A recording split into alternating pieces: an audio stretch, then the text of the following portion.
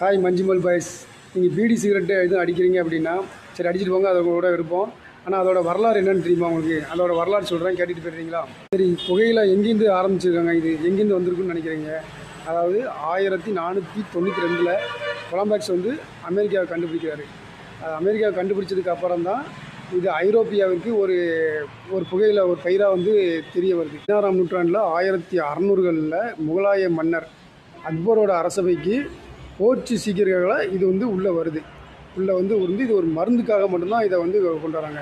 சரி, மருந்துக்காக கொண்டு வந்து இதை நாளடைவில் இதை பயிரிடப்படணும் அப்படின்னு சொல்லி இந்தியாவில் பயிரிடணும்னு சொல்லிட்டு முதல்ல பயிரிடுற இடம் தான் குஜராத்தும் மகாராஷ்டிராவும்.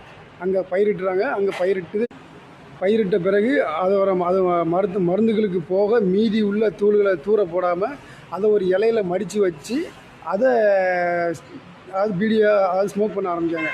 வெளிநாட்டில் எப்படி சிகரெட்டு இருந்துச்சோ அது பீடி வந்து இந்தியாவில் ஏழை மக்களின் ஒரு சிகரெட்டாக பார்க்கப்பட்டு தான் பீடி. அதாவது பீடியோட முழு தயாரிப்புமே இந்தியா மட்டும்தான். சிகரெட்டு அப்படின்னு அப்படி கிடையாது.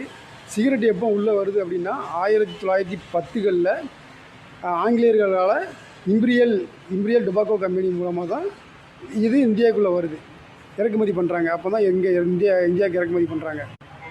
அந்த கம்பெனி தான் இப்போது ஐடிசி அப்படிங்கிற கம்பெனி மூலமா இப்போ சிகரெட்ஸ்லாம் பண்ணிக்கிட்டு இருக்காங்க. சிகரெட்டை விட பீடியில் தார் அதிகம்.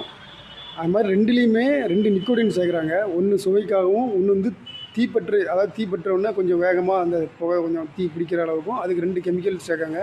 இதுதான் உங்களை மைண்டை அடிக்ட் ஆகுது. அடுத்தடுத்து மேலையும் ஸ்மோக் பண்ணதுக்குன்னு தூண்டுது.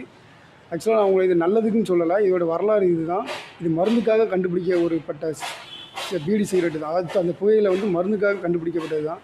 நம்ம தான் அதை ஒரு உணவு மைக்கில் அடிக்கடி எடுத்து சுவைக்க ஆரம்பிச்சிட்டோம். நீங்கள் அதிலேருந்து வெளியே வரணுங்கிறது தான் என்னுடைய ஆசையம். தயவுசெய்து அதிலேருந்து வெளியே வந்துடுங்க. ஏன்னா அதில் நுரையீரலில் பாதிக்கக்கூடிய புற்றுநோயை பாதிக்கக்கூடிய அளவுக்கு அது நல்ல டேஞ்சர்ஸ்லாம் இருக்குது. நரம்புகளையும் பாதிக்கும். அதனால் எவ்வளோ சீக்கிரம் அதை வெளியே வந்துட்டீங்களோ அவ்வளோ சீக்கிரம் நல்லது. சரிங்க, இதே மாதிரி அடுத்தடுத்த வீடியோவில் பார்ப்போம். நம்ம அடுத்தடுத்த வீடியோ எல்லா வரலாறையும் சொல்லித்தரேன்.